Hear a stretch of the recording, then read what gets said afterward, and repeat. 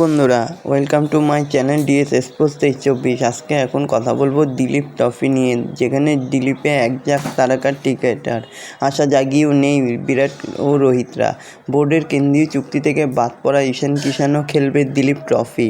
তো বন্ধুরা, এরকমই সব খেলার খবর জানতে হলে আমার চ্যানেলটিকে অতি শীঘ্রই লাইক, কমেন্ট, সাবস্ক্রাইব করতে ভুলো না ও বন্ধুদের মধ্যে প্রচুর পরিমাণে শেয়ার করে দাও, যাতে আমার 4000 ঘন্টা ওয়াচ টাইম খুব শীঘ্রই পূর্ণ হয়ে যায়।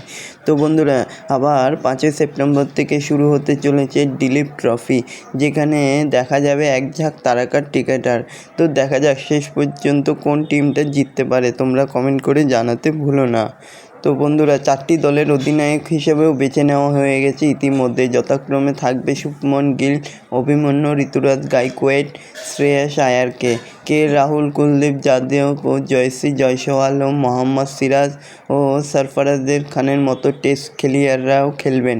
পাশাপাশি ঋষভ পন্থ, রিয়াক পরাগকেও নেওয়া হয়েছে, তবে সুযোগ পাননি রিঙ্কু সিংহ।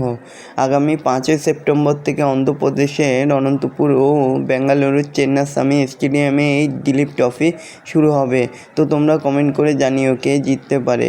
আর এরকমই সব খেলার খবর প্রতিদিন জানতে হলে আমার চ্যানেলটিকে অতি শীঘ্রই লাইক, কমেন্ট, সাবস্ক্রাইব করতে ভুলো না ও বন্ধুদের মধ্যে প্রচুর পরিমাণে শেয়ার করে দাও, যাতে আমার 4000 ঘন্টা ওয়াচ টাইম খুব শীঘ্রই পূর্ণ হয়ে যায়।